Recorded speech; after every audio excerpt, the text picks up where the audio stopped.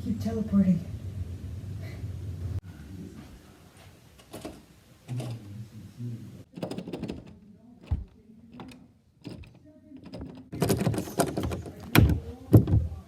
Damn.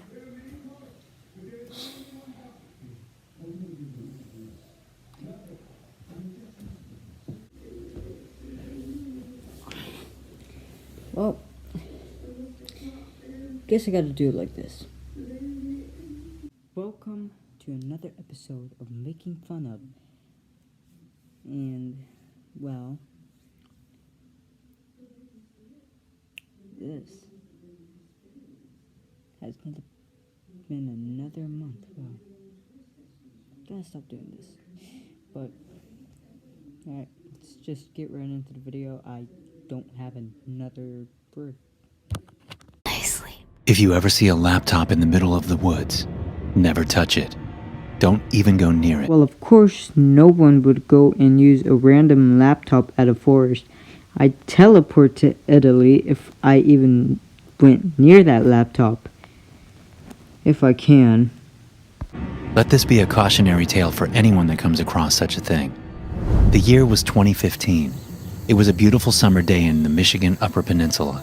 The sun was out, and there was not a cloud in the sky. I headed out of my house for my usual morning hike. The trail was 3 miles forward and 3 miles back. The trail provided me comfort and eased my anxiety. I walked to the start of the trail. There was a wooden post that said "Start" that identified the beginning.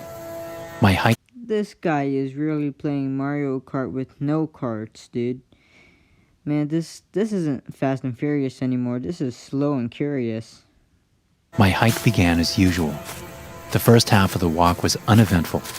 I saw fellow familiar faces that I would see on a daily basis. After about 10 minutes of walking, about a mile in, everyone on the trail disappeared. Usually every 2 to 3 minutes I would pass a fellow hiker. This seemed odd to me, but I just figured it was a coincidence. I continued my trek forward. After 20 more minutes of walking, I still didn't see anyone. This was one of the most popular hiking trails in my area. Not seeing anyone for this long started to freak me out. I pulled out my phone to see what day it was. Maybe it was a holiday and I just didn't realize it. A quick Google search showed that there was no holiday today. This didn't make any sense to me.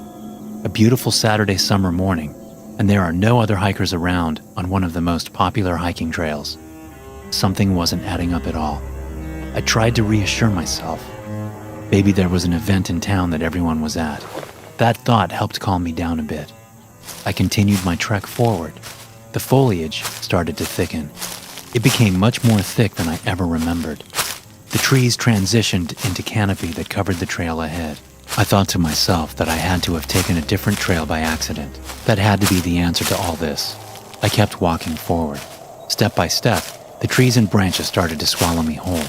I glanced back behind me. The trail I was once on was completely gone. It just vanished into thin air. I started to panic. I pulled out my phone. It had no signal. My last hope was the No wonder why there's nobody there. It's 4 frickin' a.m. Bro. No, there's no wonder why there's nobody there. I think you've gone insane, my friend. This app on my phone. I knew the general direction back home. If I walked long enough in the right direction, I would reach civilization. After opening the compass app, the needle spun around and around. What the hell is going on? I thought to myself. Was there some sort of magnetic disturbance in the area? This can't be happening. The last hope I had was trying to look at the sun in order to use it as a reference point. I glanced up at the sky trying to locate the sun, but the trees and clouds shrouded everything. As I said, 4 a.m. In the distance, I saw a laptop. It was just sitting in the clearing between all the trees. A sense of hope and excitement grew inside of me. These had to be hikers. As I got close to the laptop, my hope slowly started to fade away. As I glanced around the area, I noticed there was no camping gear or even discarded trash. There were no obvious signs that someone had been here besides the laptop. There weren't even footprints leading away from the laptop. This was totally and utterly bizarre. I sat down on the grass next to the laptop to inspect it. There was a simple black box on the screen with some unreadable code on it. All of a sudden, I received a message on the screen. It said, "Hello." I glanced around to make sure I wasn't being watched. I wondered how this was even possible. There was no cell service or Wi-Fi for miles. The only way this could be possible was through satellite communication, but I didn't see any USB card of the sorts. I decided to reply. "Hello?" I typed back. Let me ask you this. If you saw a tree in the middle of a forest, what would you do? If it sends you a message, what would you do? I'm not replying back. I am going straight to another land. Straight towards another land. If I had the teleportation right now to get back to my friggin'... "Oh," I typed back. "We are the tree spirits. Do you want to join us?" the person asked. "What are you talking about? Is this some kind of sick cult?" "I need to find my way out of the woods," I responded. "Once you find this place, you can never leave. You must join us. Don't make this harder than it has to be. Join the tree spirits and your life will be spared," the person replied. "My life will be spared? What are you talking about? Just tell me what direction I need to go to get out of this place. I need to find my way back to the trail." "There is no getting out of here. You need to comply and join us. We are saving the planet and have been for many, many years. You can try to resist us, but there is no use. You will join the tree spirits." Before losing my shit, I decided to play along with this sick guy's fantasy. "Before I join the tree spirits, I must know what the tree spirits are about," I typed back. He continued, "I would be glad to tell you. We've been around since the beginning of time, lurking in the shadows of history. We are very particular and take great care when showing ourselves to the outside world." "What is your mission?" I asked. "To eliminate humans and preserve fellow trees around the world," he responded. Oh, great, I thought to myself. This has to be some wacky environmentalist dedicated to saving the world. "And how do you go about eliminating humans, or adding them to your tribe, as you say?" I asked. "Well, it is easy. We just absorb them into a tree," he replied. I tried my best to keep my laughter in. This conversation was going off the rails. This guy must be some kind of drug addict. "And tell me exactly how you absorb someone into a tree?" I asked. "Well, if a hiker or camper gets too close to one of us, we can slowly grow around him, engulfing him in our vines and bark. Many of our current members got absorbed because they unsuspectingly fell asleep. Or in worst-case scenarios, we can materialize into entities and roam this area to force members to join us," it replied. "And just how many people have you added or absorbed into your tree spirit tribe?" I asked. "Thousands worldwide over the years," he said. "Prove it," I replied. He continued, "Well, just in this area alone, I've added 3 people over the years: Martha Blackwater, Teddy Wheeler, and Vince Hughes." When he read those names, my heart dropped. All 3 had been reported missing. All 3 of them disappeared around the same time. Now I'm beginning to think, whoever is talking to me on the computer is actually a serial killer. Before I could even respond, I received another message. "It's not what you think. I am not a serial killer. What I said is real and true. I transform people into the environment where people belong. Here is a picture of Teddy being swallowed by a tree. He even volunteered himself. Unfortunately, most people struggle and try to get away." The picture was horrifying. It was a carving on the outside of the tree. The carving resembled Teddy Bridgewater.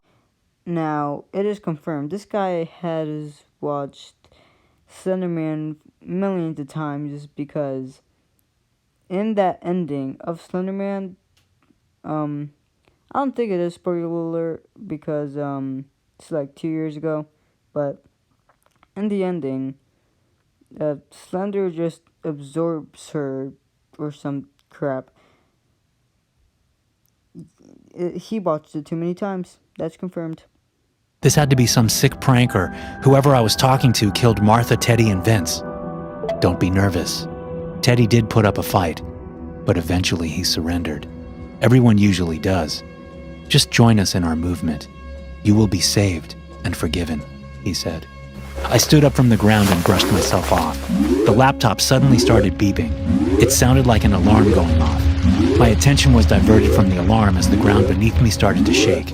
It just felt like an earthquake. All of a sudden, the ground stopped shaking. Confused and wondering what the hell had just happened, I backed away from the laptop. I had this overwhelming feeling that I needed to get away from this place. Every direction I turned, there was thick foliage.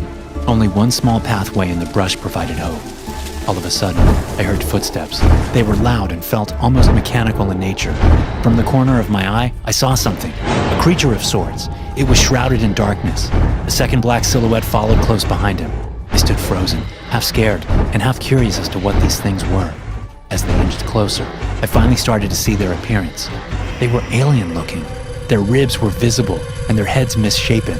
They seemed robotic but eerily human at the same time. Now they were about 20 feet away from me. Their limbs seemed to be wooden-like, as if made from a tree. It was the most bizarre thing I've ever seen. Maybe this guy wasn't a nut after all, or I am just going insane. Suddenly, both entities ran at me in sync. Adrenaline shot through my body, and I dashed through the clearing in the woods. I never looked back. The footsteps behind me slowly faded away. After about 10 minutes of running, I turned around. Thankfully, they were nowhere in sight. Eventually, I made it home. I tried to rationalize the experience, but I don't know how to. I've never told my friends or family members because I know I would sound like a nut. I don't know what happened to me that day, but if you ever find a laptop in the woods, don't use it.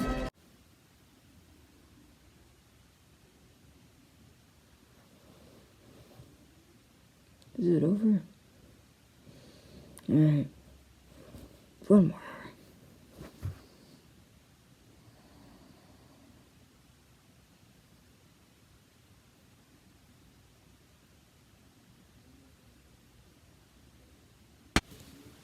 Well, that'll be all for today's video. You have a good day. If you like this series, make sure to subscribe. And I'll see you in the next video.